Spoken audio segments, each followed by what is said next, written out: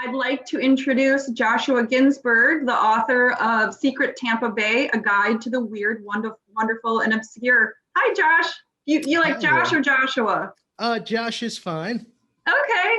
Thank you for being here for our first Heritage Village author talk. I hope the first of many. We're so excited to be able to talk with you about this book. I know it's my new favorite guide. I keep it in my car now. Well, thank you for having me, and thank you for having a copy with you. So I guess I'll just jump right into it. And I want to go to the next slide. I don't have too many slides, but I want to show everyone the wonderful cover of your book. And hopefully everyone can see that slide.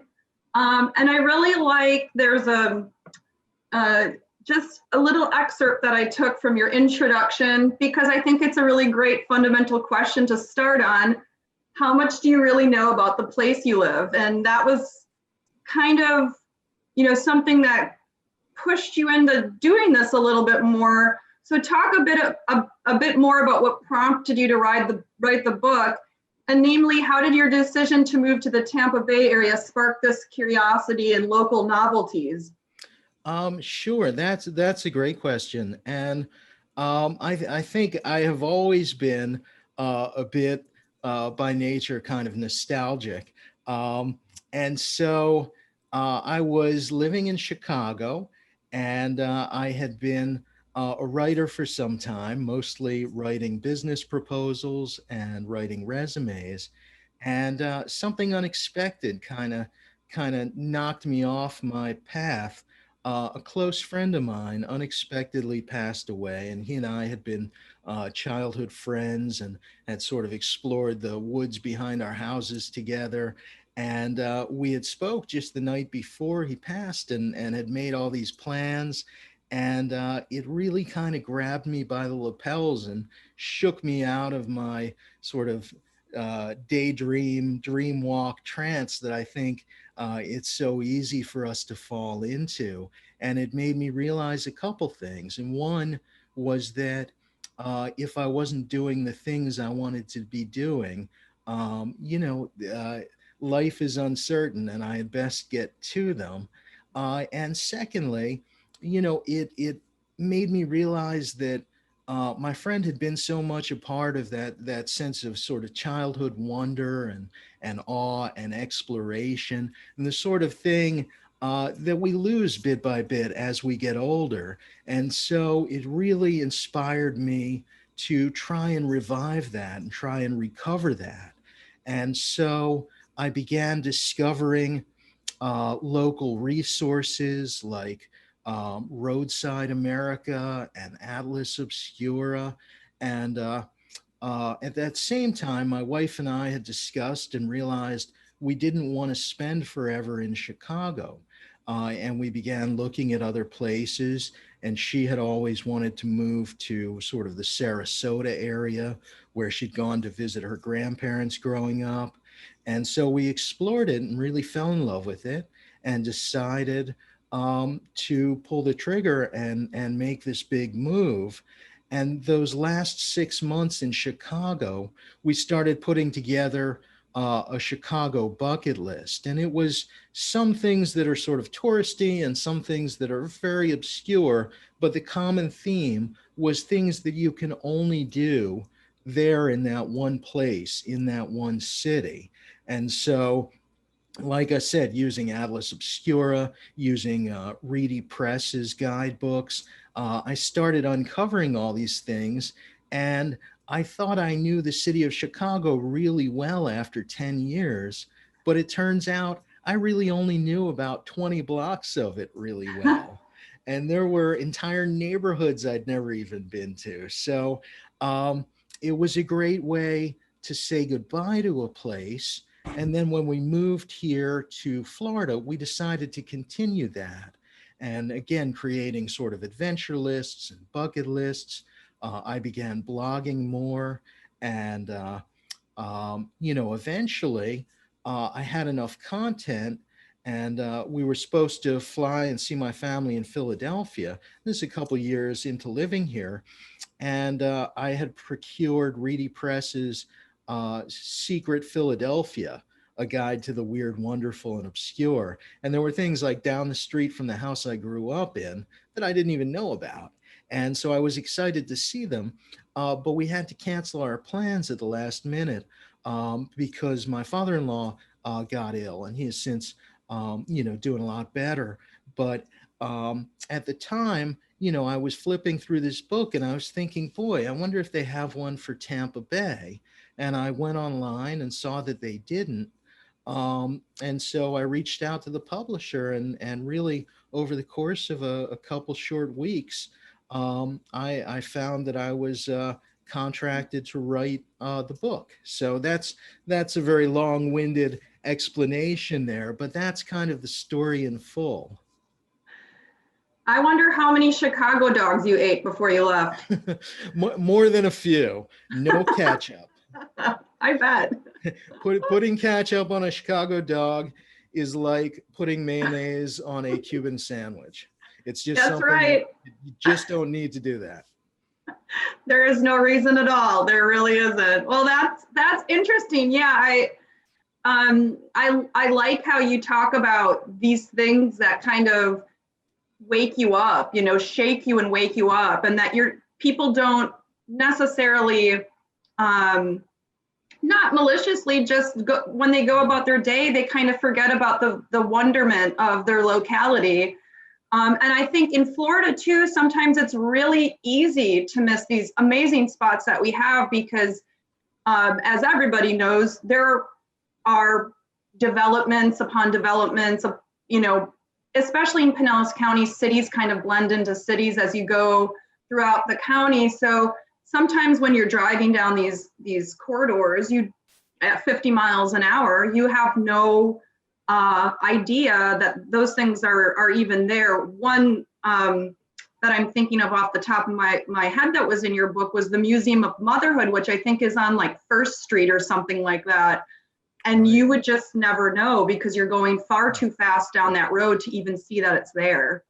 Right. And there's not a lot of signage. It's almost like this city's own sort of steganography in the sense that these things are hiding in plain sight. But if you don't pause and really sort of know what you're looking for, you'll walk right past it. And yeah. I've done it many times. Yeah, as have I.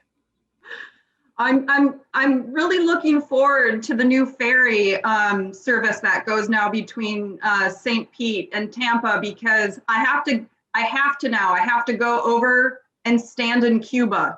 You want to talk a little bit about that?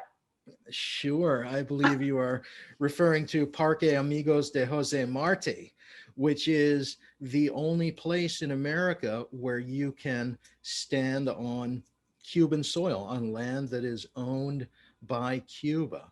And this is prior to Castro.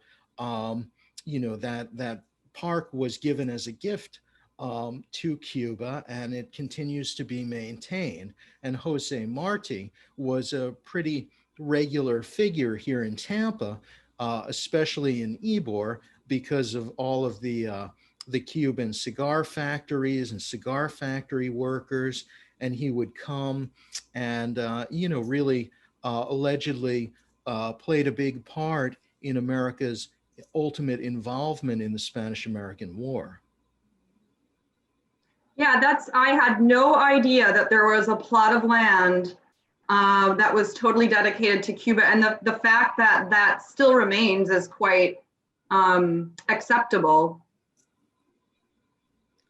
Yeah, that's, it's really something that through obviously a lot of political changes there and here, that has remained sort of a constant over the years, as has, the impact and influence of Cuban culture here in Tampa.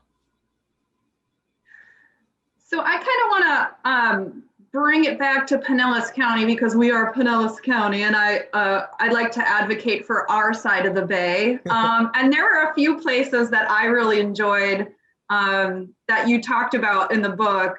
And one of the things that I really liked that you brought up was the St. Pete Shine Mural Festival, which just happens to be going on right now. It's November 7th through the 14th.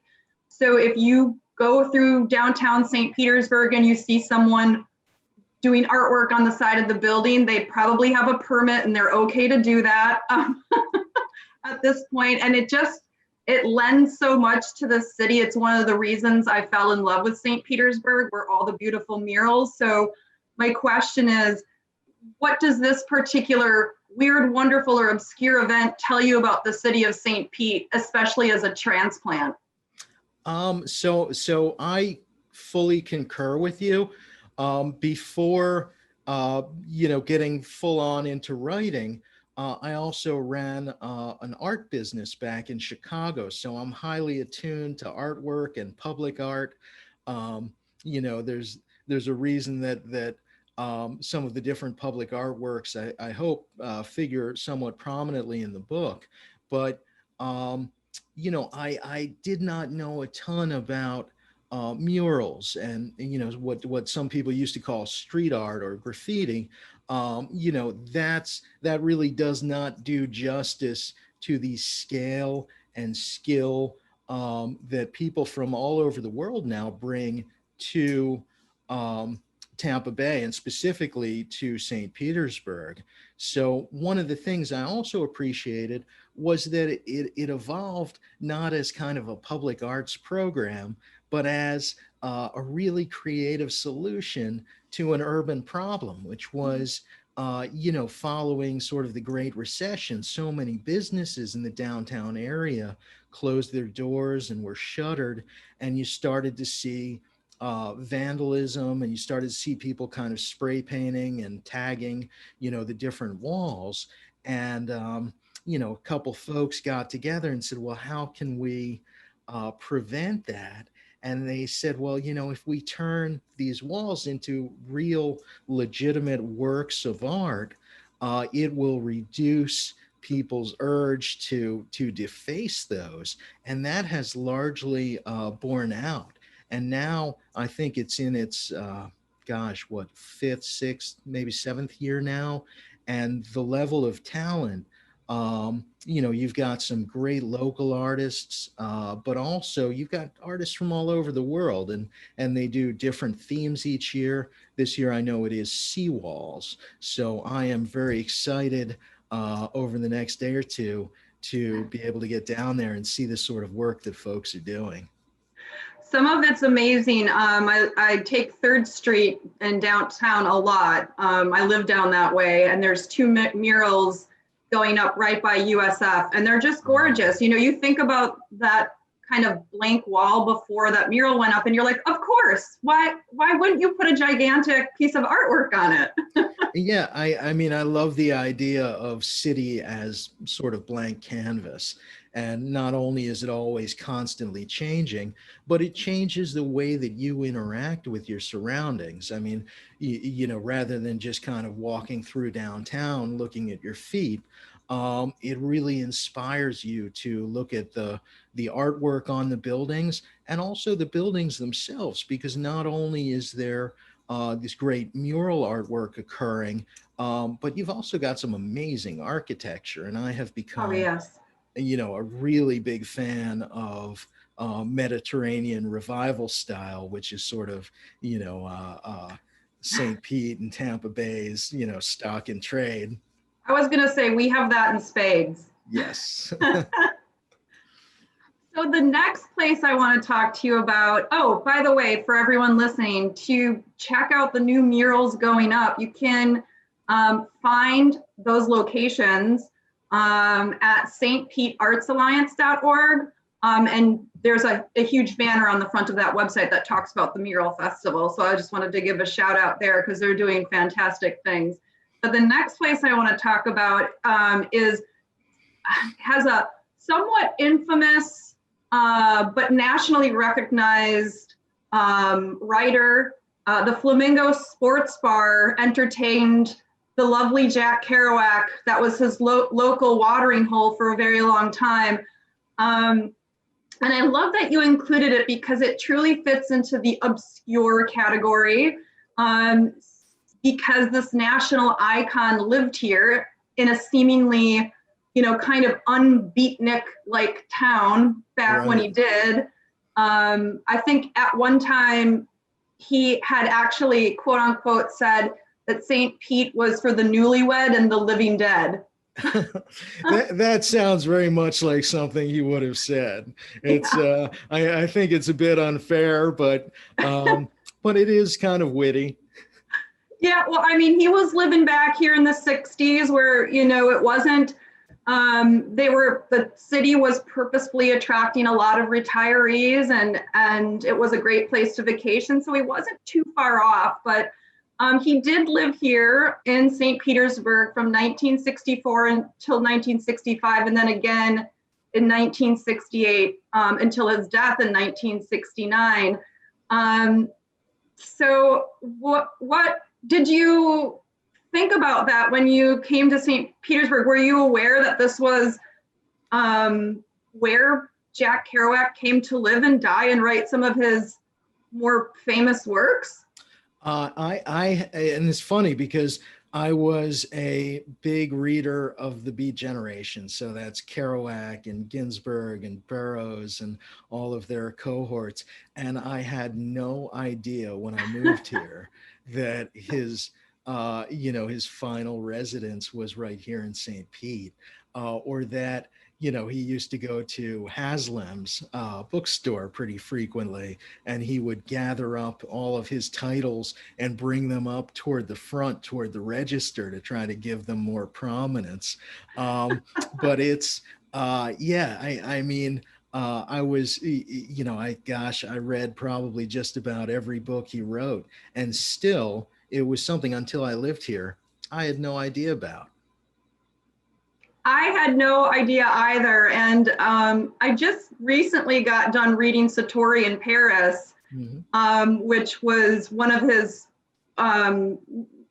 final books. And it was, a book that talks about his travels to find out his genealogy in the northern portions of France. And he's writing it here. He doesn't write it until he gets home from Paris, but he's writing it in St. Petersburg when he gets back. And it's such a great book that to know it was written here is just kind of, it's exciting. I mean, you go to any place in America, four corners of America, and people are going to know who Jack Kerouac is, and they're going to have read On the Road at least once in their life. So I thought that was really great that you added that. The next question is, did you get a shot and a wash?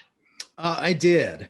I mean, it's obligatory. And for those who don't know, that was his kind of signature drink at this bar, the Flamingo, where he used to wander in the evenings. He would get a shot of whiskey and a wash of beer. And I believe they still offer it for the same low price of something like a dollar or two. So it's definitely a uniquely St. Pete experience. And I'm glad that I included that too, but for another reason, which is I heard recently that his home there was sold and will be converted, I believe, into condos.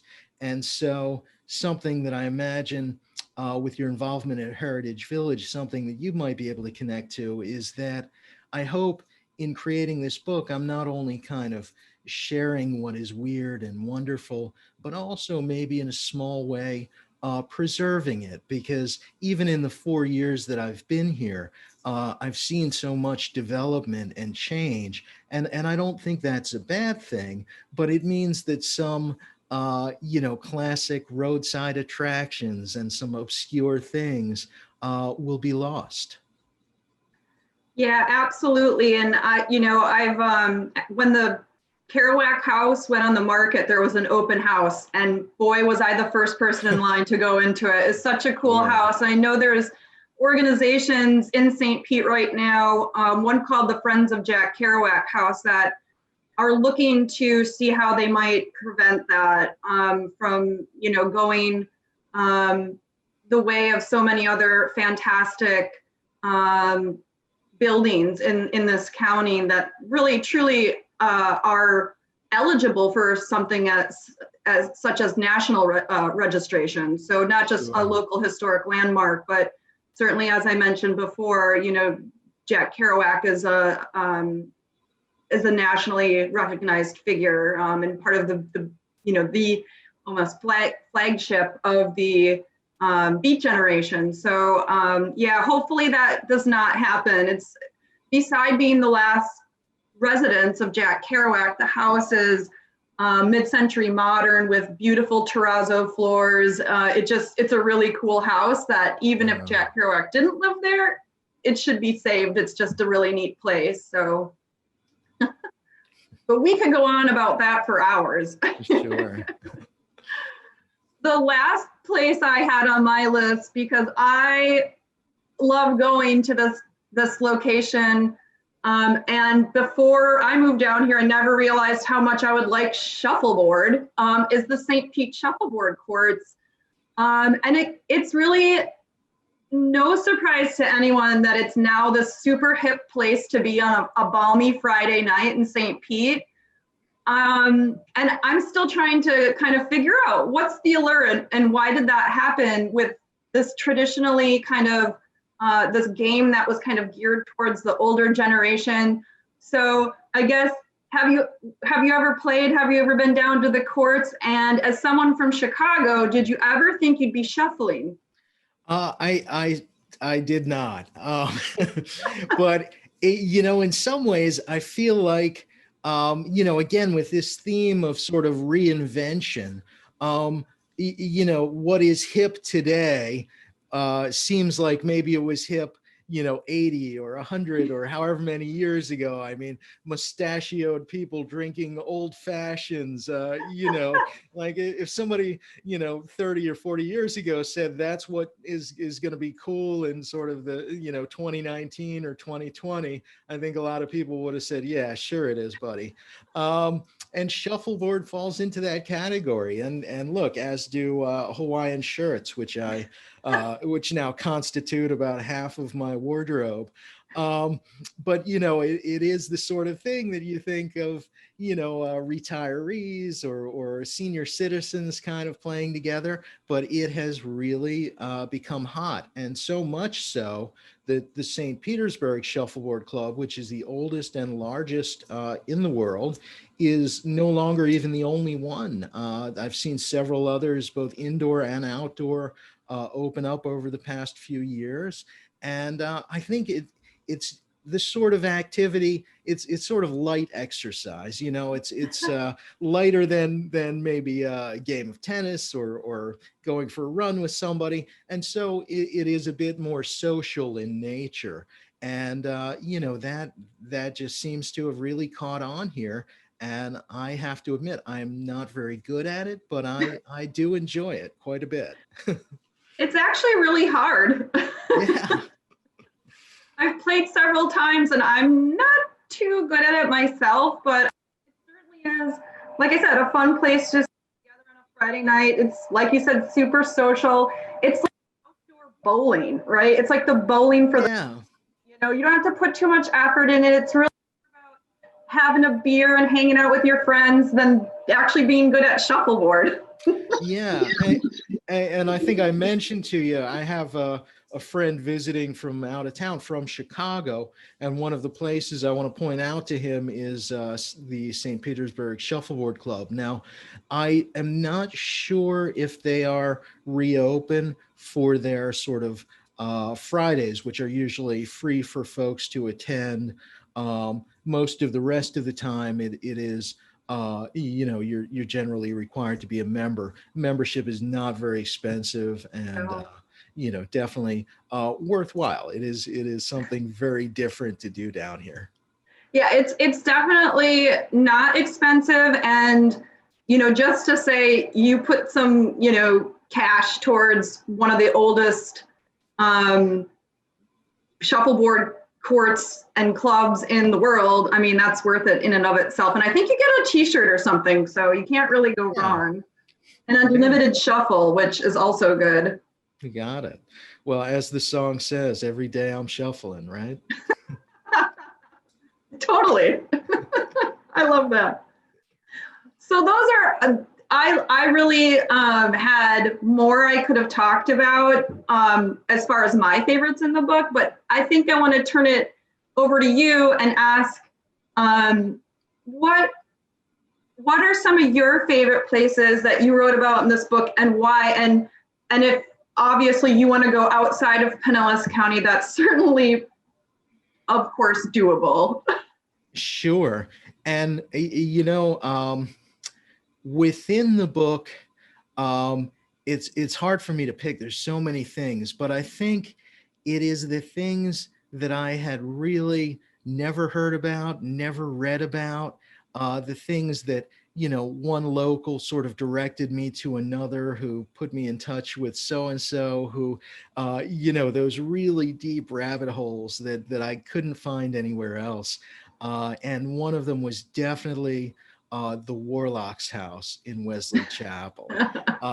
I think unless you are a local, and even if you are a local, it's probably something that a lot of people just drove right by. But Oh, there yeah. was, yeah, this artist, Louis Vanderkar, who was kind of a sculptor and a self-proclaimed mystic, and he turned his home into this um, really unique and unusual sort of garden with these strangely sculpted figures and mythological creatures. And he was also the one who created Annie the Dragon, who used to stand at what's now called Dragon Point.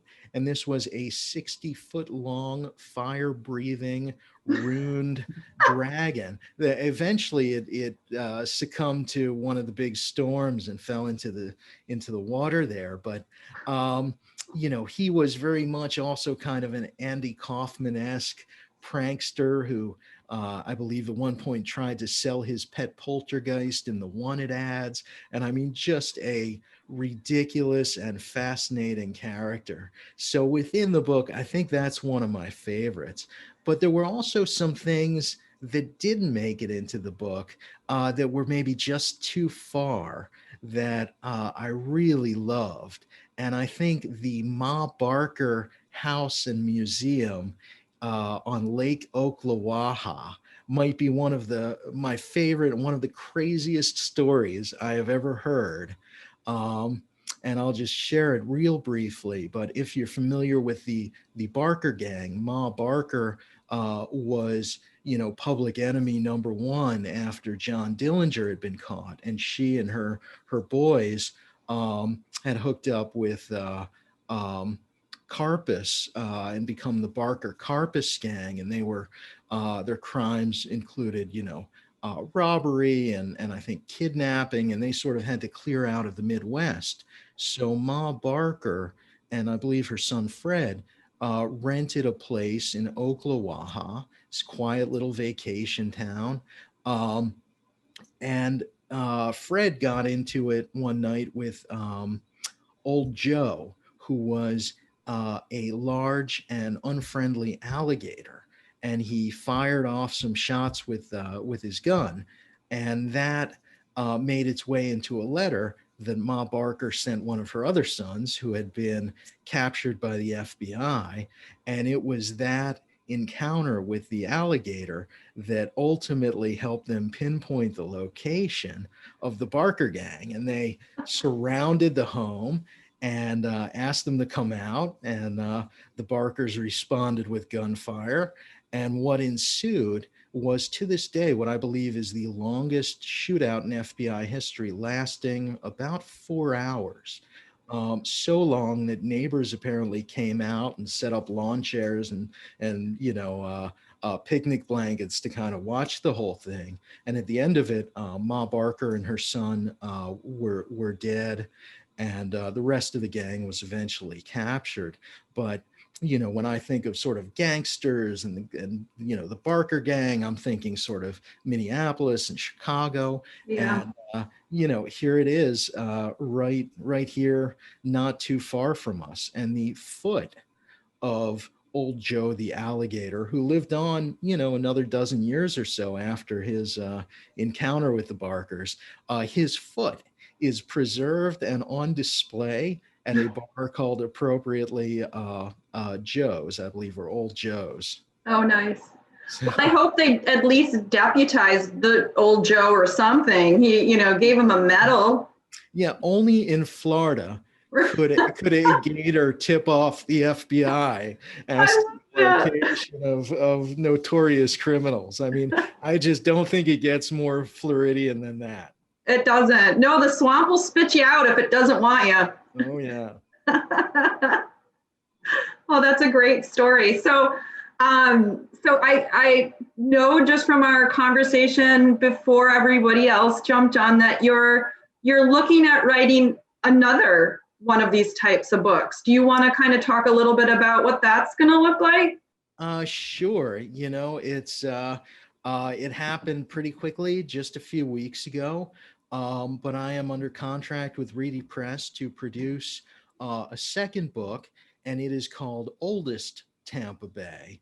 And so it is kind of a similar idea, a collection of all those things from, the oldest wooden canoe to the oldest, single family home to, the oldest law firm and courthouse and cemetery and what have you. So it will be very much a similar sort of collection, but this time, instead of just traveling through space, it will also be kind of a temporal journey, which I'm very excited about. That sounds pretty neat. And then also the oldest log cabin in Pinellas County, which is right there behind me. And that's the McMullen family home, correct? Correct. Yep. 1852. Wow. So yeah, beautiful old log cabin that is here at Heritage Village, and we're just so happy that we still have it. So it's been through a couple of fires, as I had mentioned to you previously, and it's just kind of a miracle that it's still here, honestly.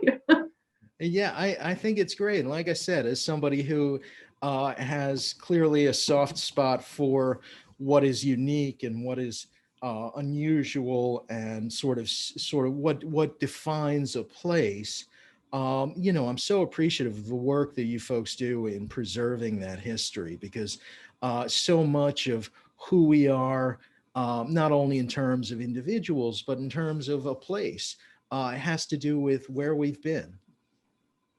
Oh, without a doubt. Without a doubt. I mean, you can't understand what is truly special about, the community unless you have these places of reference, these cultural cues. And so I think more than just objects or buildings, they're all infused with a life of their own. So you can look at a log cabin and say, it's just a log cabin, but beyond it being a log cabin, it has had several different families living in it. It's moved from its original location to another location. That's a whole nother story. Yeah.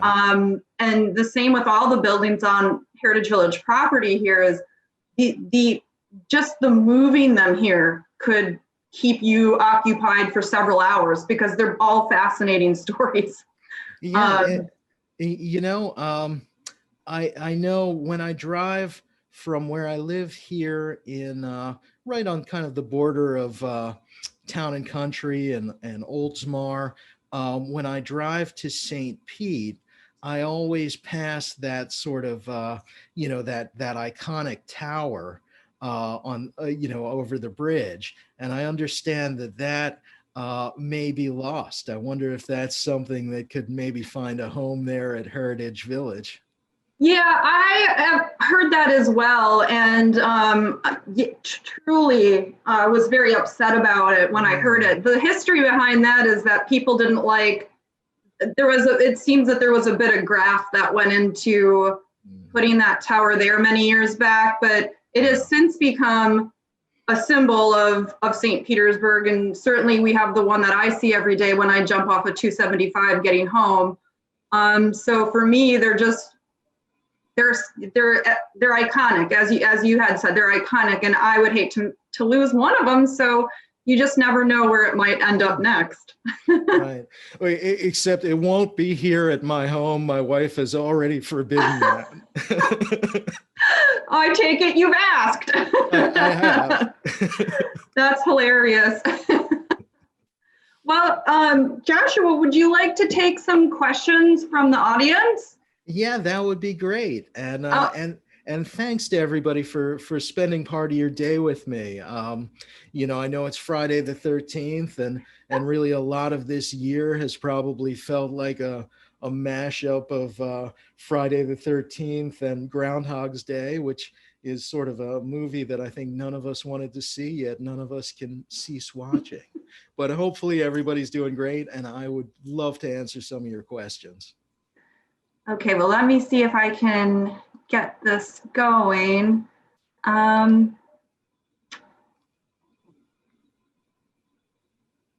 thought I knew how to open this up. There we go. Oh, I see some familiar faces there. So, hi, everybody. So if you'd like to ask Josh a question, you'll just have to go off of mute if you're on mute.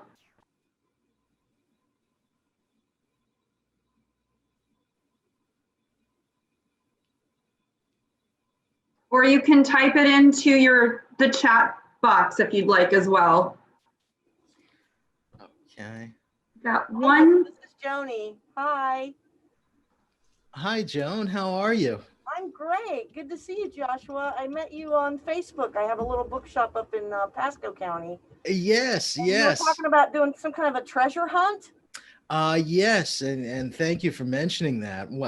I'm just wondering if you're seeing a lot more interest because they just found another key in Boston from the book The Secret, the Byron Priest book.